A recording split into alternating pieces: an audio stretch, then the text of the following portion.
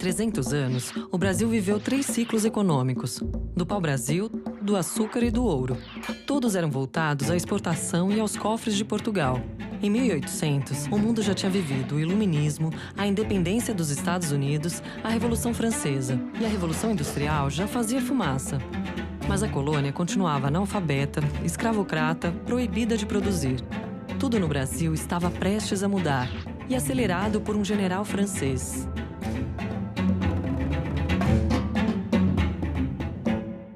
Napoleão era uma ameaça a todos os países da Europa. Napoleão ressuscitou a ideia de Carlos Magno, não é, de ser o grande dominador da Europa. A França como centro da Europa e a dominação de toda a região. Em poucos anos, o general conquistou territórios e apoio de diversos países europeus e se tornou imperador da França. Já que o Napoleão não conseguia invadir a Inglaterra e derrotá-la militarmente, ele tenta estrangulá-la economicamente. Ele decreta o bloqueio continental. Aqui onde eu mando, ninguém compra, ninguém vende nada para a Inglaterra. E exige a adesão de Portugal.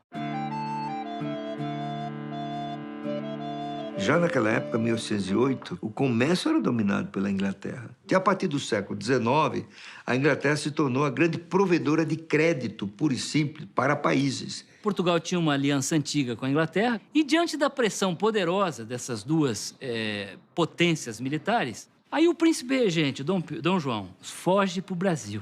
Foi a Inglaterra que garantiu a vinda da família real para o Brasil, né? A vinda da família real fugida de Napoleão em 1808, ela trouxe entre 10 mil e 15 mil pessoas, que era a elite portuguesa. Toda a corte portuguesa, dos nobres, barões, príncipes, os grandes funcionários públicos, os chefes militares, escrivães de polícia, policiais. Toda a aristocracia portuguesa vem embora para o Brasil.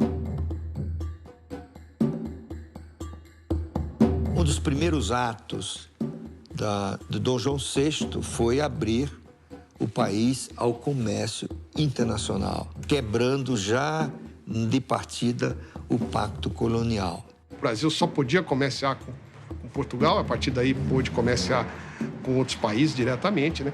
Com a concessão de privilégios à Inglaterra. Com a vinda da família real, aqui a sede do reino passou a ser o Brasil. E foi um caso único na América Latina, né?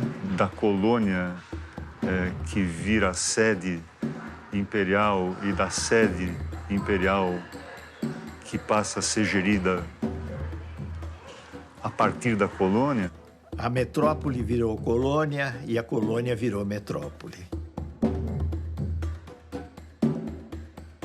Significa que o Estado português transferiu para Rio de Janeiro, né?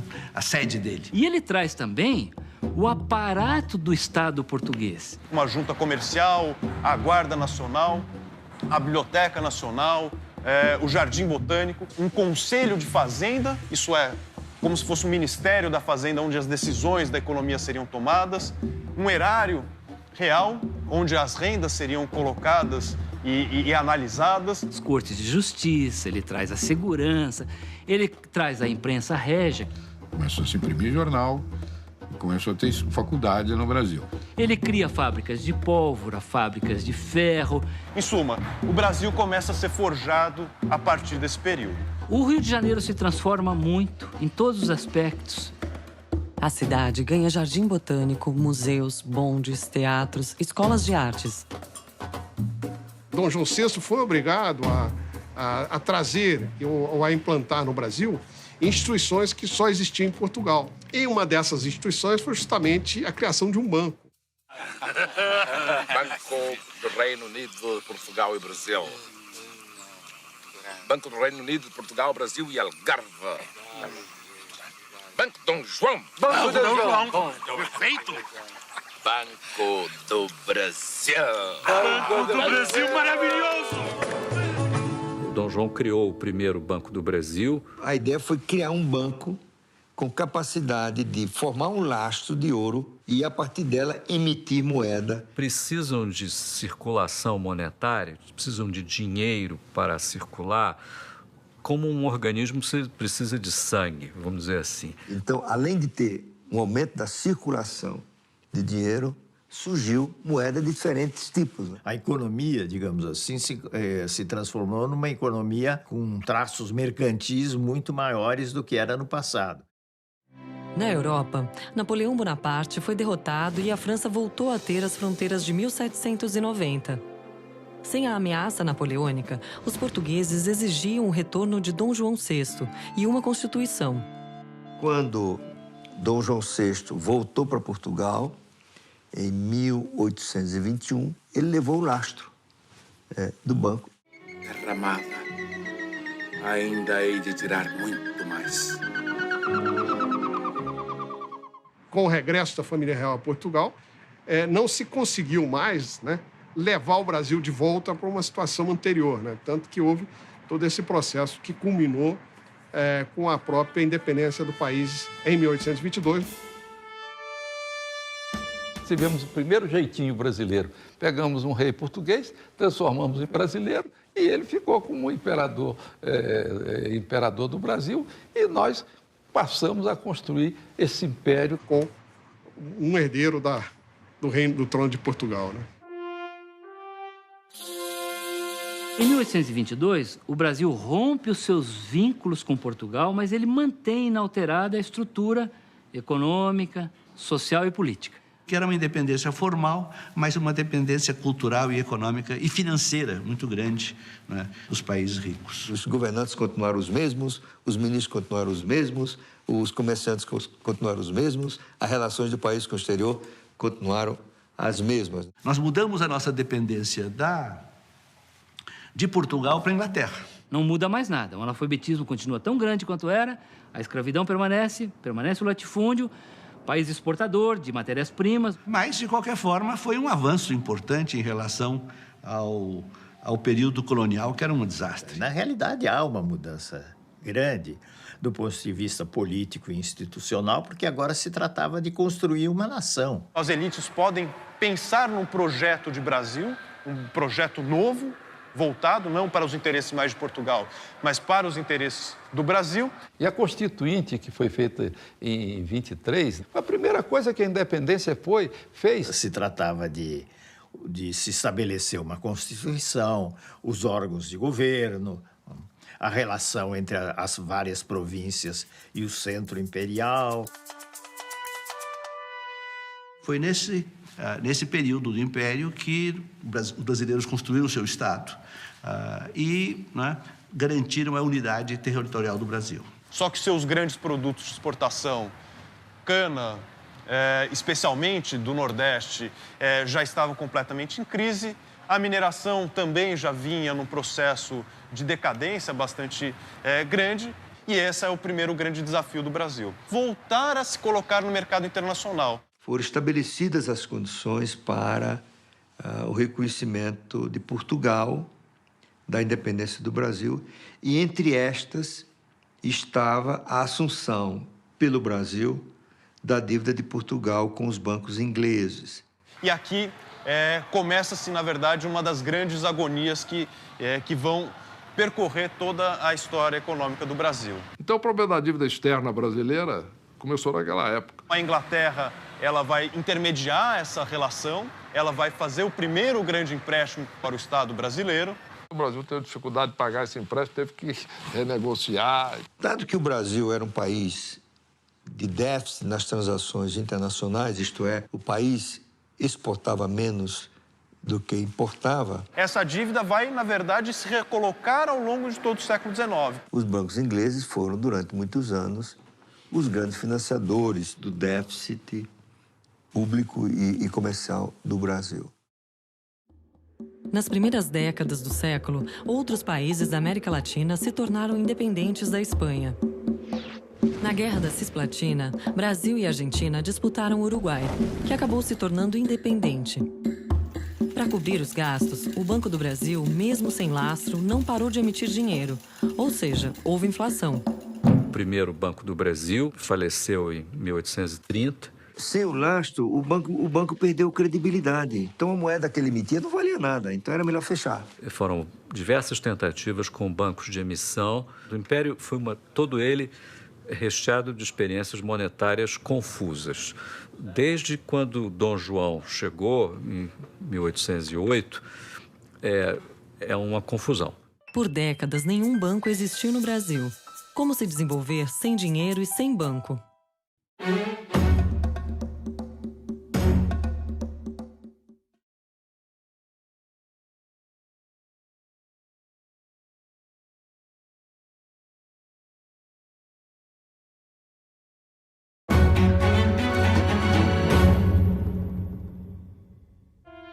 Enquanto o Brasil ficava sem banco, na Inglaterra havia mais de 400.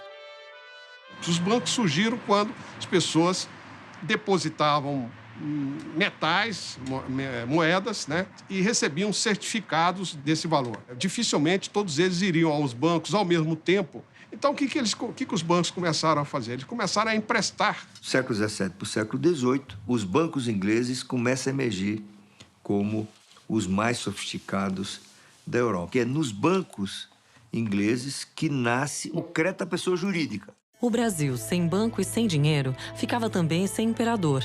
Em 1831, Dom Pedro I abdicou em nome do filho, de 5 anos de idade, e o poder passou a ser exercido por regentes. Foram 10 anos enfrentando revoltas até que a regência decretou a maioridade de Dom Pedro II, aos 15 anos de idade. A economia vinha melhorando, desde 1820. Quando você começou a produzir café no Sul, depois que um nosso representante do Itamaraty seduziu uma senhora e trouxe as mudas de café para o Brasil. Por volta de 1840, já é possível perceber um grande crescimento das produções de café no Brasil. Com o café, crescia também o comércio de escravos. Importar africanos era uma atividade legal que arrecadava dinheiro para o governo. A Inglaterra foi o país que criou o tráfico negreiro. O tráfico negreiro movimentava os estaleiros de Liverpool, capital na Bolsa de Londres. E a Inglaterra se torna a líder do movimento abolicionista internacional. E começa a pressionar o Brasil. E aí os ingleses decretaram o banimento do tráfico negreiro. Então o Brasil começou a ter seus navios capturados em alto mar. Fortes brasileiros em Paranaguá foram bombardeados por navios britânicos. Boicote internacional contra o Brasil em função do tráfico negreiro. Por que os ingleses optaram pelo fim da escravidão depois de serem os dominadores dos mares e terem feito do comércio de escravos uma das fontes da sua riqueza? Essa é uma questão bastante controvertida, mas eu creio que houve uma conjunção. A escravidão já não era um sistema de trabalho vital para a economia mundial liderada pela Inglaterra. As colônias inglesas no Caribe, que produziam açúcar, começaram a perder condições de competitividade para as colônias portuguesas. E, ao mesmo tempo, houve o surgimento em amplos setores da sociedade inglesa, de ideias abolicionistas que tiveram o seu peso.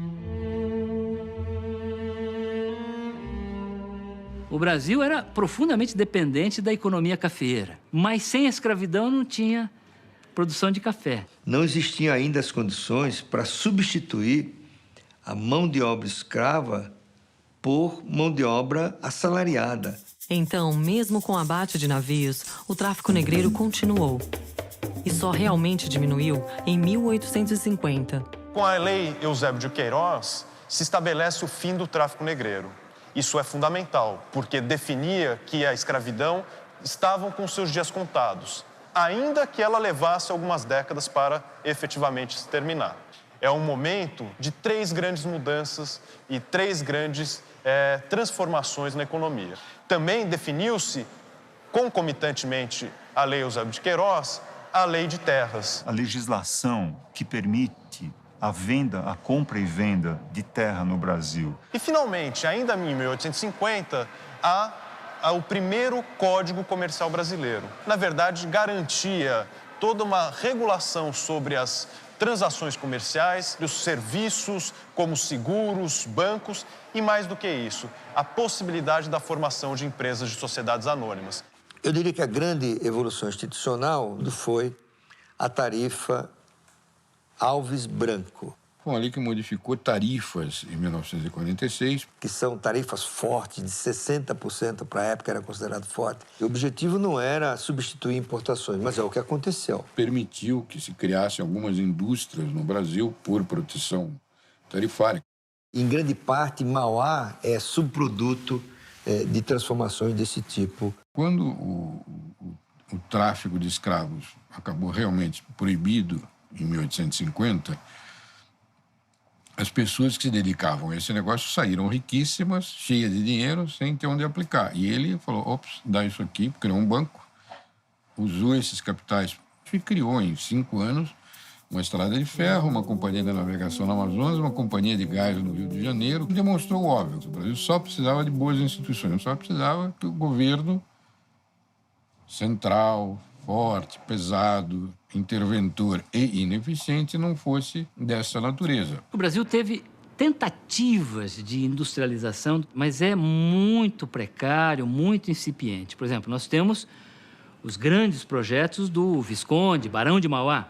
Investe em ferrovias, fábricas e tal, mas esses projetos são abortados, né? Então, os pequenos, que para se tornar grandes, existiam no Brasil.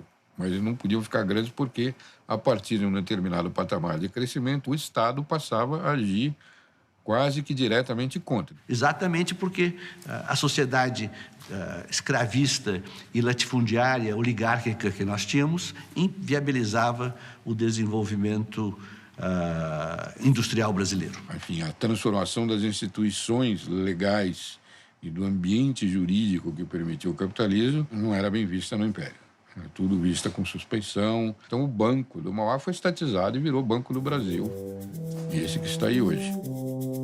Você não tinha uma situação jurídica que permitisse separar a contabilidade da família do empreendimento, ou seja, criar empresa. E o Império tinha orgulho de só ter permitido a formação de 12 sociedades anônimas no Brasil. Tinha um decreto de Dom Pedro dizendo que era proibido executar propriedades de terras de usineiros da época. Mas o negócio foi desenvolvendo, foi melhorando e o Brasil passou a se desenvolver cada vez mais. Mesmo com tantas dificuldades, o Brasil se modernizava. Mas e o agronegócio? O agronegócio brasileiro também teve um desenvolvimento muito grande à medida que eles foram abrindo novas fronteiras. Então, a partir de 1850, 1860, a economia cafeira ela se acelera muito rapidamente. Então, o café ele rapidamente se espraia do Rio de Janeiro para São Paulo. Ele sai de São Paulo, ele vai para o Paraná, ele sobe do Paraná, entra no sul de Minas, vai para o Cerrado. Ele começa a assumir proporções gigantescas. Então, isso mudaria o padrão da economia e mudaria também regionalmente o motor da economia. Vai se tornando, então, a principal exportação do Brasil. O Brasil tinha quase que o monopólio da economia ou do mercado cafeeiro no exterior. Aquele café que sai como sacas de café e chega ao exterior, retornavam como rendas para o país. E era esse ouro, essa moeda, que financiaria tanto o Estado como as importações brasileiras. O fenômeno maior da indústria, do surgimento da indústria, vem muito acompanhado com a produção do café. Com as ferrovias, as 3 importantes ferrovias paulistas, a Sorocabana Paulista e a Mogiana, refletiram sim e apoiaram, alavancaram o avanço da cafeicultura de modo especial. O café fez os portos, o café fez as estradas de rodagem de ferro. A construção de companhias de navegação, a formação de bancos e companhias de serviços públicos. Todos esses negócios podiam não depender diretamente do café, mas eram financiados ou sobreviviam às custas das rendas que o café gerava para a economia brasileira. Além do café, o crescimento também era financiado por empréstimos de bancos ingleses.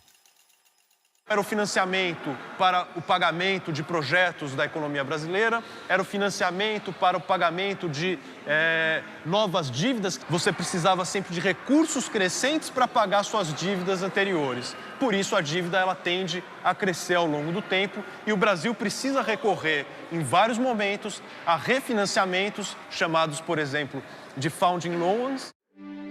Na Europa, pequenas nações se uniam, criando Itália e Alemanha.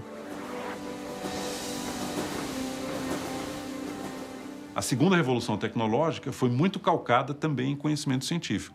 Foi a revolução do final do século XIX que nos trouxe a eletricidade, nos trouxe os motores movidos a combustível líquido, derivados de petróleo, todos os eletrodomésticos, todos os aparelhos com os quais nós lidamos até hoje.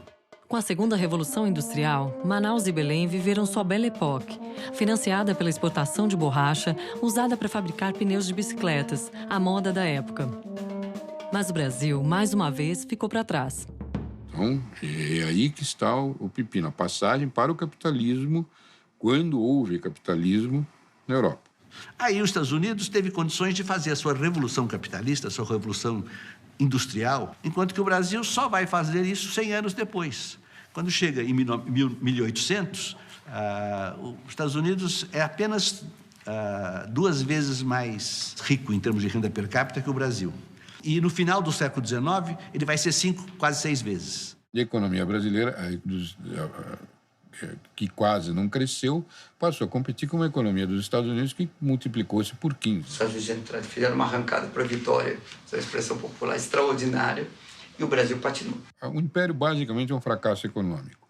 O Brasil não tinha as instituições básicas que permitiram que o capitalismo funcionasse. O Joaquim Nabuco diz o seguinte, que o Brasil ele mobilizava tanto capital no tráfico negreiro que inviabilizou um projeto de industrialização mais cedo. Curiosamente, foi na Guerra do Paraguai, o maior conflito armado na história da América do Sul, que cresceu o apoio popular à abolição. Pela primeira vez, brasileiros de diferentes regiões se encontraram nos campos do Paraguai. Não só brasileiros brancos, mas também escravos. O que virou um problema, né? Quer dizer, eu sou branco, livre, e o cativo aqui, que eu exploro lá no Brasil, está lutando pela mesma pátria. Então, isso faz com que, depois da Guerra do Paraguai, recrudesça o movimento abolicionista no Brasil. Mas, sem outra maneira de produzir, o país se agarrava nas saias da escravidão. Ocorreram vários esforços de substituir a mão de obra africana, cativa, por imigrantes brancos da Europa.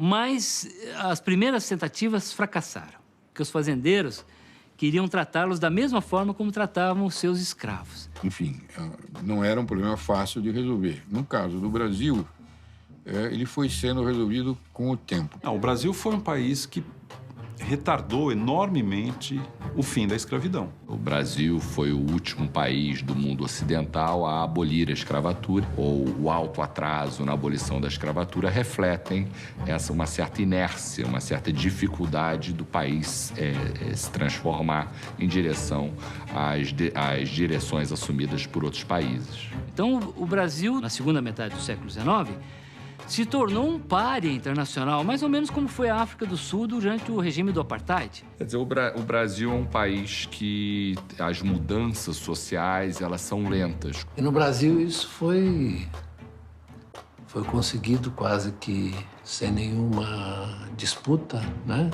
Quase que veio de fora para dentro, a abolição, porque os ingleses primeiro bloquearam, impediram o tráfico, né? Depois surgiram as leis subsequentes. São as famosas leis que a gente aprende na escola, lei do ventre livre, lei dos sexagenários, etc, etc. Então, a combinação desses dois fenômenos, a pressão internacional com o movimento abolicionista dentro, interno, faz com que o resultado seja a Lei Áurea em 1888.